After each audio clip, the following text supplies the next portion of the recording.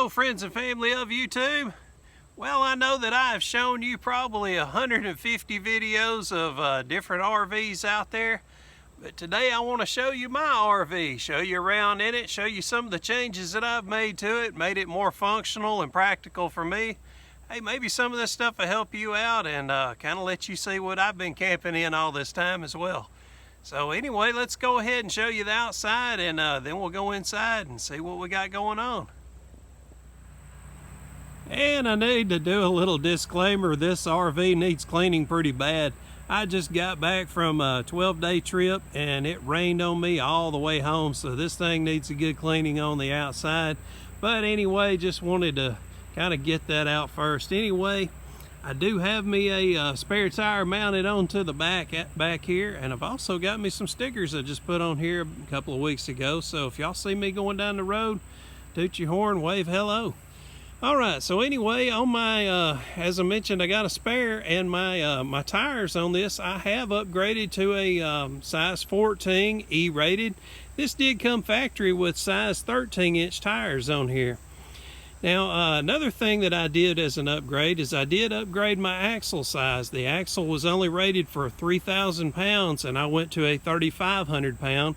My axle is a specific size, so I did have to get it special made, and that was the biggest they would allow me to have made for it. Anyway, I have 4 corner jacks on here now. When I bought this, it originally only came with 2, so I did have 2 extra ones added on. And if you see a little patch right here, I just done a video on how water can actually penetrate through there. That is the back side of my furnace. So I just did a patch cover over that, and I've got to get that fixed as well. Anyway, I have installed 200 watts of solar. Put that on here a couple of weeks ago, and so I've got 200 watts of solar up on that roof now. Let me take you around the front side. As you can see, I only have 1 propane tank, and to be honest with you, these propane tanks last me so long. It is amazing how many times I can go camping and still survive on those propane tanks. And I think one thing that I do is that I do not keep my water heater on all the time. I only turn it on in the morning. I take my shower, and I turn it off right before I get in the shower. That way it's not trying to heat up more water that's not going to be used. Anyway, enough of that. It still has the standard tongue jack on here that you do by hand crank, and I do have 2 12-volt batteries in there. Of course, those are the RV type. And I do have 1 storage door here, and I'm able to store quite a bit of stuff. And I do not have electric corner jacks, so what I do is I use this DeWalt drill with a socket on there, and man, that works perfect for me. And this is plenty of storage really for all I need for my hoses and my electrical wires, that sort of thing. And I do have on this side, I do have an awning that goes out. You can see it's dirty. I never put that awning out. I think in all the years, which is right at 6 years now that I've had this thing, that awning's been out maybe 3 times. And I've only got a single step entry. That is something I would like to change. I would like to get me an upgrade to a 2-step entry, and that's probably going to be something I'll do within the next year. So let's go inside this 14 RB by Avenger and see what's inside.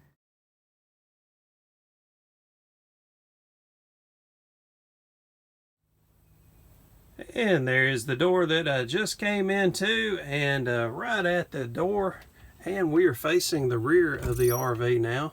This is where I do a little bit of storage of a little bit of everything, whether it's bathroom supplies. I got a spare TV, and I like to have one so that I can take it outside and hook it up whenever I'm somewhere for a long time. And right here is where I put all my clothes. Well, most of them anyway. I have a piece of luggage that I set in here, and that's got my underwear and my socks and my shorts. And here in a second I'll show you where I put my shirts. Anyway, down below here, this is where I keep all of my maintenance type related stuff, that if I ever had a breakdown, I should have whatever I need in here, whether it's a tool or whatever. And I also have extension cords and bungee cords, that sort of thing, and my cooking supplies for outside, my grill and my barbecue bricks. All right, so right here behind this door, this is the bathroom. And I like to keep a towel here hanging on this door, and that way as I'm at the kitchen sink, if I need to dry off my hands, I've got a towel there. And with it being close to the door, the exit door, it gets plenty of air going to it, and it's easy for that to dry off. And with the bathroom door open, I have a mirror that is mounted onto the back side of the door, so that if you wanted to check yourself after you've got dressed and kind of make sure everything's in order, you can. And I've got some hooks up on top of the door, that way if you want to hang some clothes up there, you can as well, or a towel or a robe or whatever. And in the bathroom, what I've done is I've also hung a hook on here, and if you'll notice, that hook is made to go over a door. But what I did, let me move this and that way you can tell a little better. I just screwed that into a stud into the wall there. And that way the good of it is not only can you hang clothes off the front of the hook, but you can hang them on the back side also. So I'm able to hang about 10 good shirts on there, and with that being mounted into a stud, I really feel like it's gonna always hold up well even in travel. And I put a mirror in here on the wall so that I could shave while I was in the shower, and it's also got a couple of hooks on there, which I just keep the broom hanging from it. And also in the ceiling, I did change out my fan. It had one of those small little crappy fans that I complain about in a lot of videos, and I upgraded to that. Now if you'll notice, I do not have the plastic surround walls. I will be making some changes to this, and I'll do a video on it. And for about 20 bucks, my walls will be completely waterproof, and I will not have to worry about water getting into the floor ever again either. Now if you notice that I have a garbage bag there, that garbage bag is full of cedar shavings. I'm a woodworker, so I have easy access to cedar shavings, and I will get into that in a little more detail here in just a second. So anyway, this jug here, I use this 5-gallon jug, and if I ever want to park my RV somewhere and get in the van and go fill up that jug, I can. And then I can pour this jug into the side of the camper here, and that way I've got 5 more gallons of water to use. Okay, now what we have here, of course, is the toilet, and the toilet is used only for urine purposes. And we have a bucket. The bucket is used for, I've got sawdust in it. That's why I do keep the big bag of the cedar sawdust. But most places I stay at do have porta potties or restrooms. But the reason I do not use the black tank, or the toilet rather, for using anything other than urine purposes is there's so many times that I've been able to empty out my black and gray tank simply because that does not have anything in it that you would not want to dump out into a pasture or into a field or into a ditch. So I always ask the landowners if it's okay for me to empty my tanks, and they always say sure, no problem. So it really has come in handy by just using the bucket versus using the toilet. And now we will move on to the kitchen area. I tell you what, I love this little kitchen area. It is very functional for me and what I do. And a lot of the functionality is because of some of the changes that I have made to it. So I will go over that with you now. Hopefully it'll help you if you have a smaller RV, that you can do these changes as well. I just recently turned off my furnace, and I'm going to be looking for an oven here, and if I find one, I'll do a video on that as well. But anyway, let me show you some of the storage that I did build down below. I added a shelf here, and that gives me more storage, and man, I tell you what, that was a big helper right there. So glad I was able to do that. I can keep anything down there, and I still have plenty of room for more things if I wanted. And you can see that I do have a stovetop under here, but I do not use the stovetop. So what I did is I just put me a panel across there, and I put me a little oven. That way I'm able to use a little toaster oven. Everything else I either cook on the grill or I cook in the microwave, which is right here.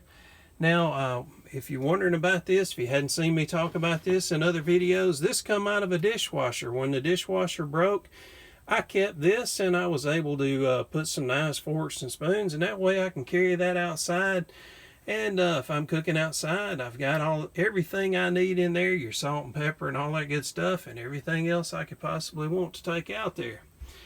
And up here I've got where I can hang some of my kitchen tools. I can hang them up here and let them bang on the wall as I'm going down the road, but most of the time I try to remember to take those off, and that way they don't tear up the side of the house. And I've got me a good little catch-all system here, and I like that because if not, I really kind of need a lot of this crap in here, but it's good to have all this crap kind of confined into one little area.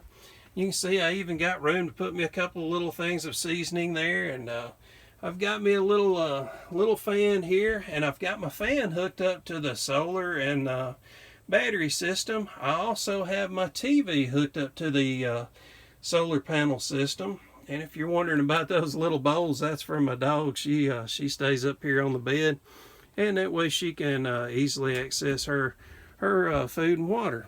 And right here I've got my refrigerator. It's a little dark in here now, and I've got to clean it out. I just got back from a 12-day trip, so I've still got some cleaning to do, but I did change this out. This is not a standard RV fridge. This is a dorm fridge. And again, I do have this hooked up on the solar, so man, I can go anywhere, stay for a good while, and as long as I've got sun, I'm good. But if I go a day where I do not have much sun, I will have to fire up my generator. Now, I did not show you the cabinetry up here, so let me show you that because I am proud of it. I did change these doors. I did put some struts on there where they'll hold it up for you and give you the ability to put whatever you need to in there. And as you can see, I got some canned goods. And over here I've got the same kind of thing, just some more kitchen related stuff. And that's also the same going on over here. I can also store me some, let's see, I think in this one here, yeah, I've got me a jacket. Got some extra bathroom type linens. And over here I think I've got me an electric blanket and a couple of other little blankets. So works out pretty good. But right here, of course, this is a bed now. But before, when I got this thing brand new, this was a dinette. So if you wanted to change your dinette to a bed, you had to go through a process every single day and night. And I did not want to go through that, so I just made this a permanent bed. Now, if you notice, this is a little bit of an odd size bed. Well, what it is, this is a twin size mattress that goes to about here, but further back, what I have is some of that foam, and I rolled up that foam. It's like the bed top foam that you can buy at your store. You just lay it across the top of your bed. Well, I just rolled that stuff up, and I filled about 1 foot deep across the back there. That way it made me a bigger bed than just a twin size bed, so 2 people can easily sleep here. And I've also got somewhere that I can sit down here. And if you notice, I do have me a table that I have made here. And I love this table. I just made this a little more than a month ago, and I've got a video on that as well as far as how I made it. But I like how this table will rotate so that if you wanted to sit there, you can use it as an armrest. Or if you wanted to sit there and have you a table to sit and eat at, you could do so. Or you could write. You know, it works out pretty good. Computer, anything you want to do. But with the way the table rotates, if you were to sit over here and you wanted to take the table from whoever was using it on the other side, now you can take the table and you can use it on your side as well. So all I did is make it on a big dowel rod. I think it's about 1.5 inch dowel rod, and that's what I got it rotating on. Man, I tell you what, I've been real pleased with how that turned out and how functional it is. Now, an area that I am losing a lot of storage space is under this couch bench area here. It's a little bit difficult to kind of get in and out of, and especially with the fact that I've got this on here now. So what I plan to do in the future is put me a couple of cabinet drawers that will roll out here, and I'll be able to do some storage in there. If you notice that I do have some water bottles, I like to keep those with me. I do not drink soft drinks, so what I do is I make Kool-Aid wherever I'm at, and I water down the Kool-Aid to about half of what they tell you to, and man, that works out good for me. Hadn't lost any weight doing it, but I do feel a little better. And I've got storage up under the bed there as well, so I'm able to keep, I have a folding table with 2 chairs, and I've got a chalkboard that will fold out, and I also keep my guitar up under there. Of course, I've got lights. I've got a ceiling mount air conditioner, which I am glad of that. I have seen these similar models with an air conditioner in the wall, and I am so glad I did not end up with one of those. I came close to buying them, but I'm going to tell you what sold me on this particular unit was I love the height of the ceiling, and I also love the amount of fresh water that this one will hold. Even though when I bought it, all of the books that I read, literature online and everything, this stated that it would hold 50 gallons of fresh water. And after I bought it and owned it for a while, I discovered that was incorrect. So some of these companies are known to lie, but I will tell you, I've been happy with Avenger, other than that one issue that I ran into. So I'm all the way as far as I can get towards the back of the RV and wanted to kind of give you a layout of the land. I will say that the smaller a trailer is, camper, RV, whatever you want to call it, the smaller it is, the harder it is to get viewpoints to where everything doesn't seem to be just right in your face. So I've had a lot of people comment on that on some of the other videos, and like I say, it is very tough the smaller the RV is. So there's kind of the layout of the land.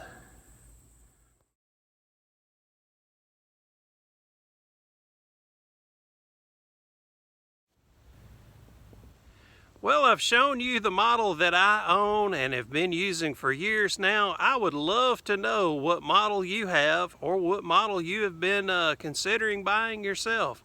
So if you would, down in the comments below, let me know what you have or what you've been looking at, or maybe what you're interested in or your needs. Just out of curiosity, I would love to see what everybody has. So anyway, thanks a lot for spending some time with me today. If y'all hadn't hit the like and subscribe and all that fun stuff, y'all know what to do now. I hope to see y'all real soon. Y'all take care. Bye-bye.